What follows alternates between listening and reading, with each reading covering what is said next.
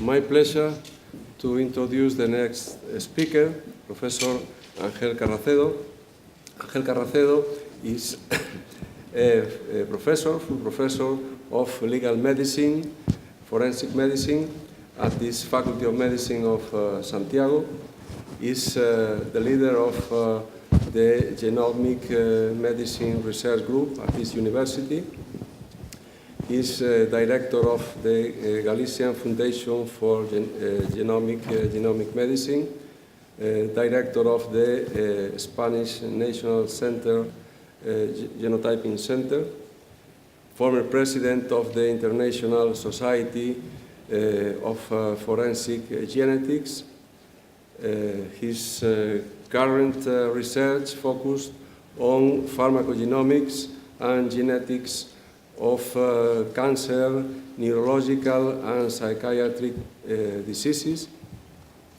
He has published a large number of articles in high impact journals, has been distinguished with very important research awards, such as the Jaime I Award or the National Award on Genetics.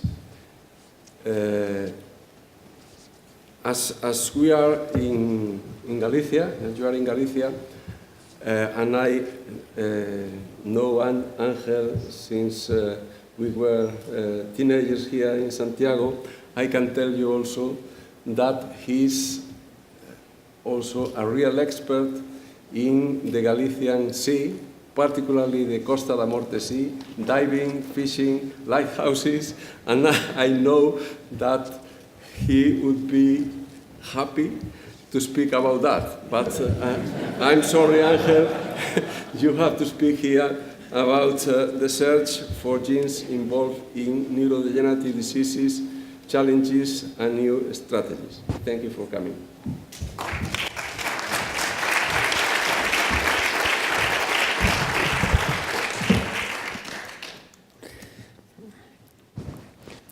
Your Majesty, dear colleagues, well, first of all, I would like to thank the organizers, especially my friend José Luis Lavandeira, for inviting me.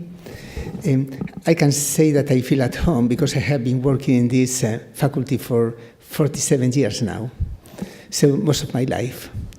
The same as José Luis, although he looks younger than me, by the way. And you are right, I would rather prefer to talk about the sea and the cost of death and the wonderful things we have in our coast, but it's not, I think it's not the occasion to talk about that, maybe in another one.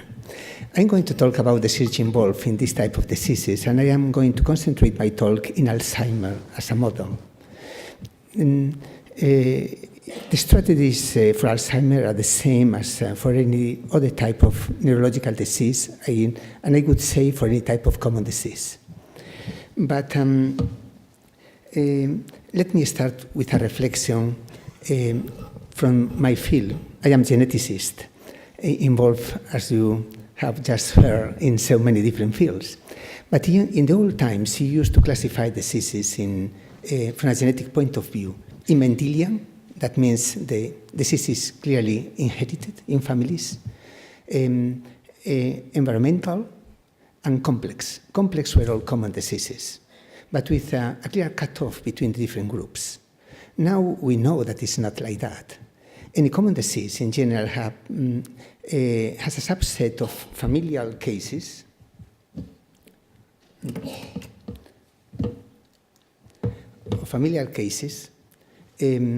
In the case of the Alzheimer's disease, usually early onset with a single gene inheritance, but it represents less than 5% of all the Alzheimer's disease cases.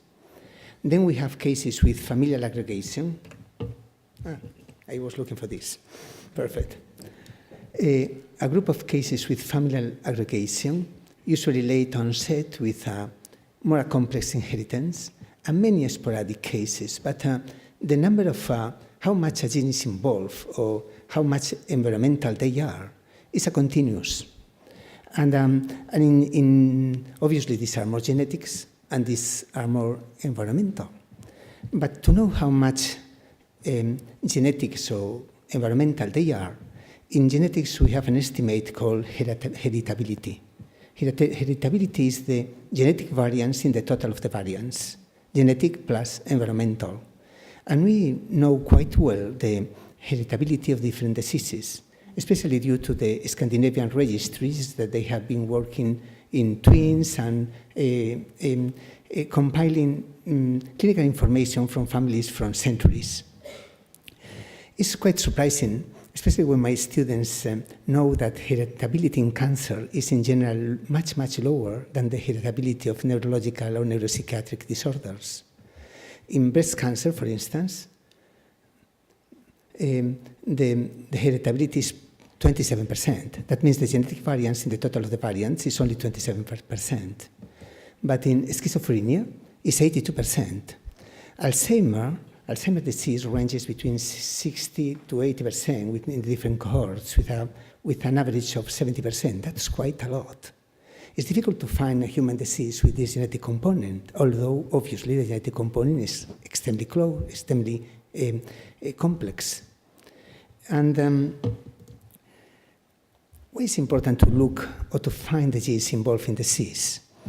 It's important in the Mendelian force, that is my main work actually, is for genetic diagnosis and for genetic counseling.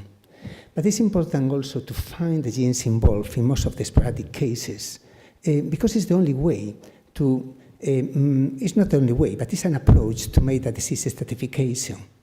We know that these type of diseases are more than one, maybe thousands of hundreds of different diseases with the same phenotype. So genetics is important for disease stratification and patient stratification, also for risk prediction, also for look for new targets and drug discovery, and especially to understand a little bit more what is behind a complex trait, a complex disease. Look for the search for genes involved in this type of diseases was not difficult for Mendelian forms, because we could use something called linkage strategies, analyzing genes that they are segregating with the family. And at the beginning, that's the only tool we have. But most of the cases of this type of diseases are complex, with a high frequency in the population. And in these cases, linkage analyses are not useful. And because in these cases that represent most of the cases, there are lots of genes involved. There is a lot of allelic heterogeneity, locus heterogeneity, trait heterogeneity, and gene-gene interactions and gene-environmental interactions.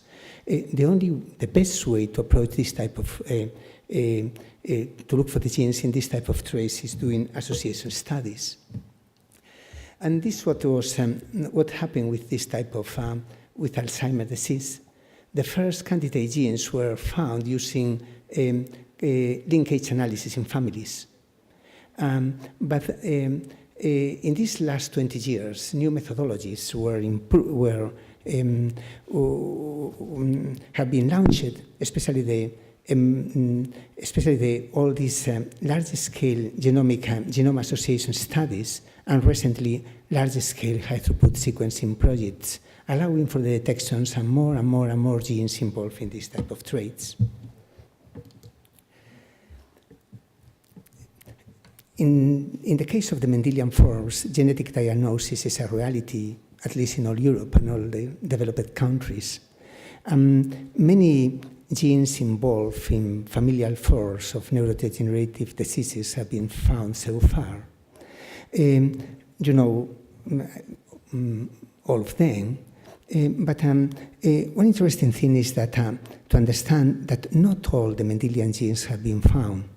And in practical terms, in diagnosis, in our labs, we are able to find in very, very clear familial cases, we are successful maybe in 40% of the cases, but no more.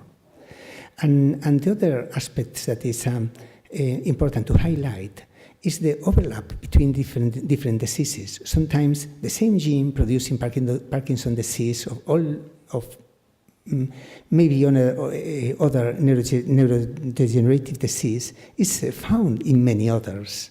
Overlapping is quite common in genetics, just showing how difficult it is to define a phenotype and to define a disease.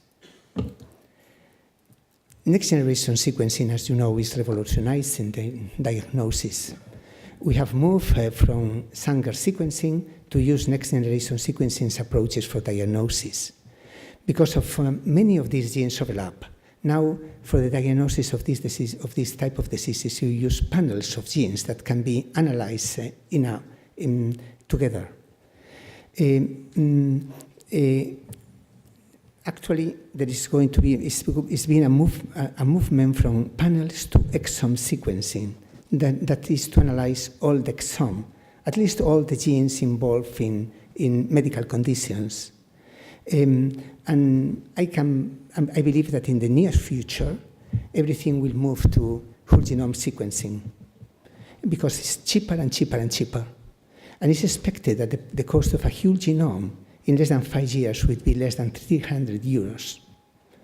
The main challenge in genetic diagnosis is what we call uncertain variants. We found we are able to make diagnosis in many cases, but in many other cases we are not sure about the pathogenicity of this variant. And there are lots of efforts for this because it's the main challenge in the field. Mutation databases are key. Functional studies to provide evidence about the functional significance of a mutation are key. And now we have animal models and CRISPR models for this. But especially coordination of efforts are needed. And most of the initiatives are included in the International Rare Disease Research Consortium. And there are many interesting projects like the Human Biome Project that I think now the challenge is to try to put all these projects and initiatives together. But for most of the cases in Alzheimer's disease, most of the cases are not Mendelian, are complex, are sporadic cases. And in this case, for this type of cases, the only approach are association studies. Association studies means to get two groups of people with two different phenotypes. For instance, people with Alzheimer and people without Alzheimer, or people having an advisory reaction to a drug, or people without any reaction, to clearly define phenotypes. Phenotype definition is key for the success of an association study. And the type of markers that we are using in this type of studies are SNPs. SNPs are common markers in the human genome. There are millions and millions of SNPs that the SNPs representing the different linkage disequilibrium blocks in the genome, what we call the tag SNPs, have been identified through an international project called HubMap project. Now we have lots of different genotyping technologies, and in Spain, the same as in some other countries, we have the Spanish National Genotyping Center that I am coordinating. That is a large-scale center where all the Spanish researchers can perform this type of association studies at any scale, and providing technological and statistical support to all the scientists trying to make this type of studies. Association studies can be done in two different ways. One are what we call the candidate gene studies. That means to try to look for SNPs in a group of genes and to compare cases and controls. Or the other strategy is to make what we call a GWAS, that is a genome-wide association study. A GWAS means to analyze SNPs all over the genome, for instance, more than 1 million SNPs, representing all the linkage disequilibrium blocks in the genome. Although both approaches are complementary, most of the genes involved in complex traits have been identified using GWAS studies. The reason is that there is no a need of gene selection. It's obvious that we are very limited in our idea of the pathogenicity of the diseases. And this type of diagnosis process, without any bias towards any specific gene, has proved to be extremely useful for finding genes involved in any type of common disease. A GWAS is usually made in stages. Usually, we need a large number of samples, and we compare cases and controls, for instance, with 1 million SNPs. Then the positive results are replicated in a second cohort, and then maybe in a third or in a fourth cohort, using high-density chips with more than 700,000 SNPs in general terms. The aim is to get what we call a hit, a GWAS significant signal between among cases and controls. And we call a hit, we call a positive result when the p-value is lower than 5 by 10 to the minus 8. That looks impressive, but and there is no statistical nor scientific reason for this threshold. The reason is that is the threshold that the top journals require for the publication of a result. In Nature Genetics, Science, or Cell, they need this threshold just to be completely sure that this is true. And obviously, to get this p-value, a large number of samples are needed. That's why consortia are key. There are consortia for everything in medicine, even for ER walks, for instance. But we need a high number of samples because it's the only way to have enough statistical power. And these studies can be improved by selecting cases. For instance, to get in cases, familial early onset cases, as controls, Alzheimer's disease-free cases in families. And we have been doing GWAS studies in Alzheimer's from 2007. These are the first ones done. They were underpowered in general terms. The sleep selection was not too good, but despite of that, because of the heritability of the disease, many genes were found to be involved. Obviously, ApoE, always found in all the GWAS performed so far. From then, more than 30 GWAS have been done, with an increased number of cases and controls, with much better methodologies, and not only in Europeans, although 90% of the genetic studies carried out so far are in European-based populations. And we have studies and studies and studies. The most important one was this one published in 2013, involving more than 74,000 individuals that from then more than 70,000 cases, and all these genes were involved to have a p-value over 10 to the minus 8. Many of them were known from previous studies, but all these were new hits, new genes involved. These are the cohorts that they were included in the study. This slide illustrates very well how much important the sample size is. These were before GWAS, the candidate studies, only ApoE were the only marker found so far. And then we started to have more and more and more hits because the sample size increases. And now, more than 25 loci that affect Alzheimer's disease have been identified. These genes,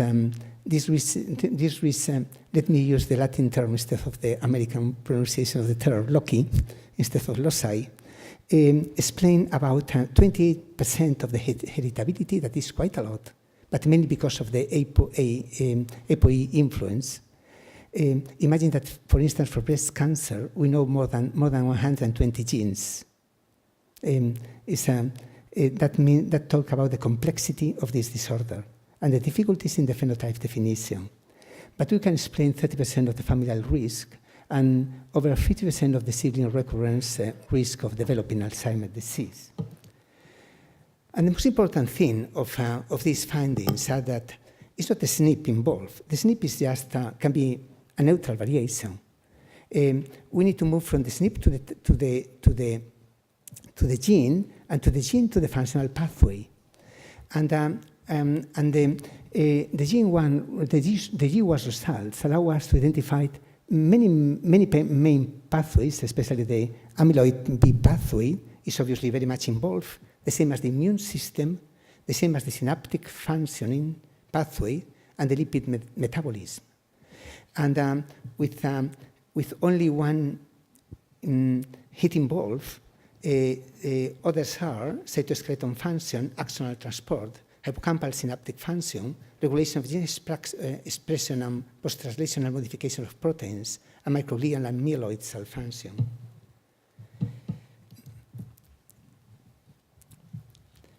In the last couple of years, there were new, very clever approaches to try to identify new genes involved in the disease. This is one paper that I like very much. Instead, because of the definition of the phenotype, to define what exactly an Alzheimer's disease is so difficult. And usually the results are depending on the definition of the phenotype. A good approach is to look for something more concrete. And in this GWAS study, although the number of people involved was not so high, they analyzed the hippocampal volume. And they found, in addition to other known variants, 6 new variants that were associated with decreased hippocampal volume and increased risk for Alzheimer's disease. The most important one was ACTN2. It's a gene that that encodes a protein involved in glial-mediated neuronal migration in the developed brain. I can see many hits in common with neurodevelopment. This is also quite interesting. Another interesting approach published this year in one study at least is to make something called association by proxy. That means not to use cases and controls, but in cases to use maternal and paternal cases. I mean, family aggregation cases that increase power a lot. And the International Genome Alzheimer Project made quite a big GWAS because they made 27,000 cases, maternal cases, and 40,000 paternal cases, and they replicate this in more cases. And they found these new genes, in addition to replicate the already known genes. One is ADAM10. It's interesting because this has been included in the largest GWAS made until now that is still not published, but is in bioarchives. In this case, they analyze a total of more than 70,000 cases and controls, and they found all these new genes lossy involved. The same Adam, son of the Adam family. The Adam family is involved in the amyloid beta pathway. Another approach is an approach made by the DEGESCO consortium, a consortium of the CyberNet. Let me explain the logic behind. We are looking for common variation explaining common disease. But the problem is what happened with rare variation, rare functional variation, or variation that is not so rare, but the penetrance is not 100%, but is quite high. But the problem to identify this type of variation is that it's very much population dependent. Most of the variation that we have in the human genome is rare variation, but it's extremely population specific. We don't have the same functional variation here as in Germany, even in different populations. This is the map of the genetic variation in Spain in a paper that is now in press, in a paper that we are publishing, a research that we have done together with the Peter Donnelly group in Oxford. And this is Spain, this is the Basque Country, this is Galicia that has an extreme high stratification. That's quite interesting. That means that it's very bad for looking for common variation, but maybe it's good for looking for rare phenotypes. The question is that knowing this, we design a chip with almost 800 variants, including not only all the common SNPs, the SNPs of the linkage disequilibrium blocks, but including all the rare coding Spanish variants. also include all the markers and all the functional variation included in all the Alzheimer's disease genes found so far. Also, we included many ApoE markers that it has been extremely difficult to analyze, and they used to fail with other genotyping technologies. Obviously, we have a very high HLA coverage that is also very population-specific. And this is the chip that has been used for the HESCO project. The first part of the HESCO project is the GRACE project, led by Agustin Ruiz. Thank you, Agustin, for the courtesy to give me this slide. It's one of the largest cohorts in the world. They have made the stage 1, and I'm pretty sure that in less than 1 year will be perhaps the largest cohort in the world for Alzheimer's disease. And in the case of Spain, they are doing this GWAS study that by far is the most important GWAS made in any type of disease in Spanish population so far. And in addition, in the preliminary results, because I know that still the rare variation has not been analyzed, they found, in addition to the already known genes, a new hit with a genome-wide significant signal close to this HMGR locus, which has been previously associated with cardiovascular risk-related phenotypes. But I know that Agustin is going to present this tomorrow, so let him to give more details about the project. Can we calculate individual risk with the things we know? In general, using polygenic risk scores, we can give some estimates of the individual and the population risk. This is extremely controversial. I'm not very much in favor, I'm not in favor of making risk calculations at individual basis for clinical purposes. But it's true that the quantification of the inherited variants can be used for disease stratification and for therapeutical trials. Because if you're looking for efficiency and the disease is so complex, the only way to have perhaps efficiency in the treatments is try to stratify disease. What about this? What about rare functional variation in sporadic cases? For this, perhaps the best strategy is next-generation sequencing that is cheaper. It's cheaper and cheaper. The first results of you know that in Europe we have, in the world, a large sequencing project that it was the DECODE project in Iceland, where many Icelanders were whole genome sequenced. And in addition to some rare cases, the most interesting finding was that this mutation in the APP gene that in theory protects against Alzheimer's disease. But in my opinion, perhaps one of the most interesting recent papers was these papers published in Phylogenetics, where instead of doing exome sequencing, what they did was to analyze a panel of genes involved in neurodegenerative, this type of disorders, all the genes, typical genes together. It was quite interesting, the results, because they found pathogenic mutations in a little bit more than 1% of the sporadic cases, compared with 60.6% in normal participants and 4.2 in families. This is quite interesting. Imagine that I'm talking about familial aggregation, not clear Mendelian cases. And by the way, only PSEN1 and PINK1 were consistent in association terms. But the results are very, very interesting. And the most large-scale study were published very, very recently, a couple of months ago. One is with whole exome sequencing. One is this one, involving more than 5,000 cases and controls. They found many hits for common variants, and lots of hits still to be proof for rare functional variants.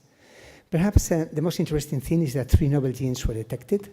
This one, AGHG3, that is an immunoglobulin gene that interacts with the beta amyloid, a long non-coding RNA, and a single frame protein. These two are important because they suggest the role of transcriptional regulation in Alzheimer's disease pathogenesis. And this is the largest study made so far, with more than 20,000 people with Alzheimer's disease looking for rare variants as part of the Alzheimer's disease sequencing project. But the results were not very promising. Only one gene, SORL1, involved in encoding for a trafficking protein that means, again, the amyloid precursor protein was found to be associated. Well, I'm going to finish. First let me highlight that very few studies have been done in populations other than Europeans. And this is a good strategy to find rare variation in any other population. First, this is not just. Second, we can learn from each other. There are very few GWASs in other populations. And concerning a sequencing project, this is the only one with some scale that I found in the literature. I'm not going to talk too much about transcription, but you know that from brain tissues, there were lots of expression study done at the beginning of large scale because there were very, very few brain tissues available. Now, with RNA-seq and more samples available, lots of study has been done. The most important ones are perhaps the most important findings are related with the fact that not only many genes were found to be a differential expression in normal brain and Alzheimer's disease brain, but especially that long non-coding RNA were involved in the disease, and some microRNAs were involved as well in the disease. And with the results found so far, there's a clear link with the genetic results. So there's a clear interface between the genetic results and the transcriptomic results. I'm not going to talk too much about methylation, but without methylation, it would be impossible to see all the picture. But the problem with methylation is that it's clinical translation. In cancer, methylation is key. We can do methylation in a cancer tissue, but we can't take a biopsy and to analyze methylation in a specific region of the brain. But anyway, it's quite interesting to see that in general terms, methylation is increasing if you're looking for peripheral cells in Alzheimer's disease patients, and correlate it's really a peripheral marker of Alzheimer's disease because correlates quite well with worse cognitive performance and the hypo-E polymorphism. I strongly believe that the future of, I think we have done many things, but still genetics has allowed for not only for the diagnosis of Mendelian force, but to find genes involved in Alzheimer's. This was key to understand the disease, key to identify new targets for drugs, key to try to stratify the disease in different forms. But I strongly believe that genetics is not sufficient for this, and the integration of biomarkers is needed. Genomics, proteomics, metabolomics, but not only this, clinical image, analytical data, everything should be put together in using perhaps, maybe not Bayesian networks, but maybe cognitive models leading to expert systems to help the physicians and the people doing clinical trials to stratify disease to be more efficient. Genomics is going to be an important role on this. Tomorrow will be launched in Brussels. We have a meeting for this. The project towards 1 million of whole genome sequences in Europe. is a big project. It's one of the biggest European initiatives, and the idea is to have 1 million whole genome sequence from European populations and patients, and especially is going to be concentrated in brain-related diseases before 2022. Most of the European countries are involved in this initiative, not Germany. I don't know exactly I don't know the reason. But I think it's going to be a very promising and exciting adventure for Europe. And that's all. I would like to thank all my group. That is like a big family. I am this one. That I am abusing of the invitation of friends to talk this type of things. And especially I want to thank the Cybernet and the GESCO project and Agustin for the confidence in our group to go ahead with this GWAS project. And all the colleagues involved in the National Genotyping Center that I think are doing a great work. And that's all. Thank you so much for your attention.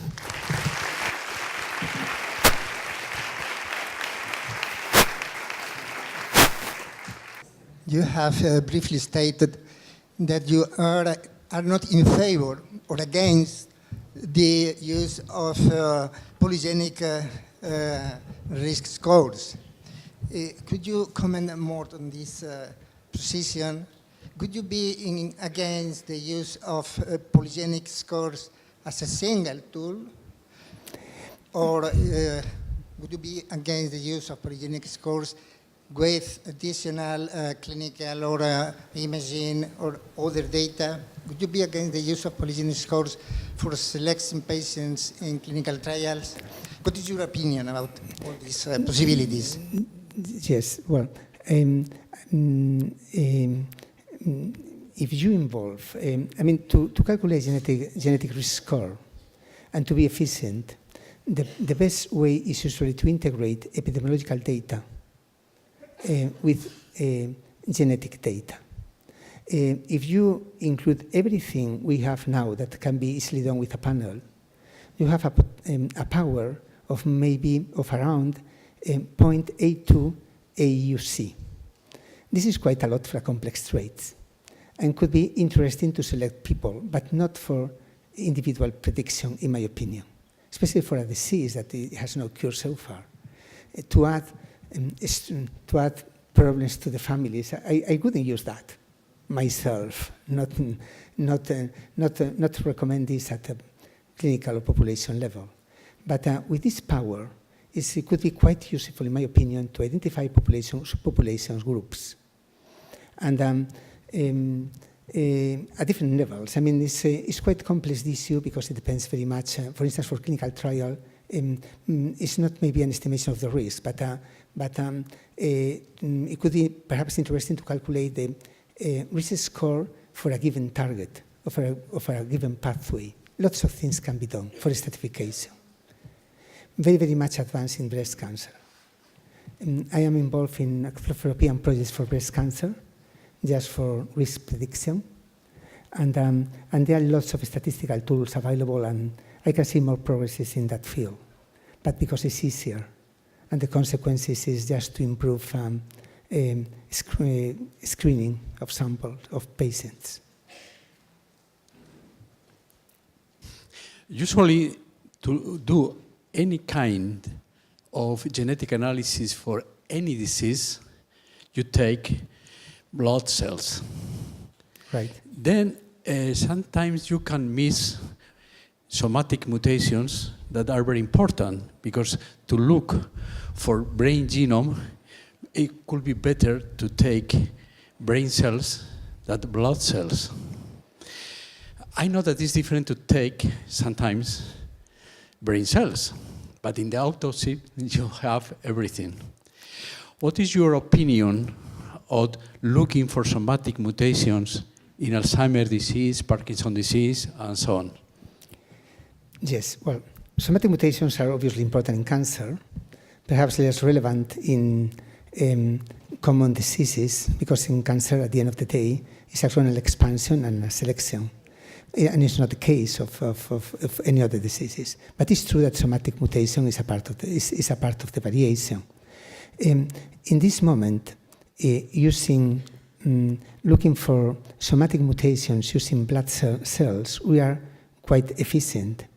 In general terms, somatic mutations, that mean mosaicism, have been underestimated in Mendelian diseases. In autism cases, where, by the way, we are able to find the mutation or the problem in 40% of the cases, that is quite a lot. Looking for somatic mutations using powerful bioinformatic approaches, we are able to increase in 10% the number of positive cases we found. I think that obviously somatic mutations have a role, but I'm pretty sure that the somatic mutation, that is not necessary in clinical terms to use tissue for this.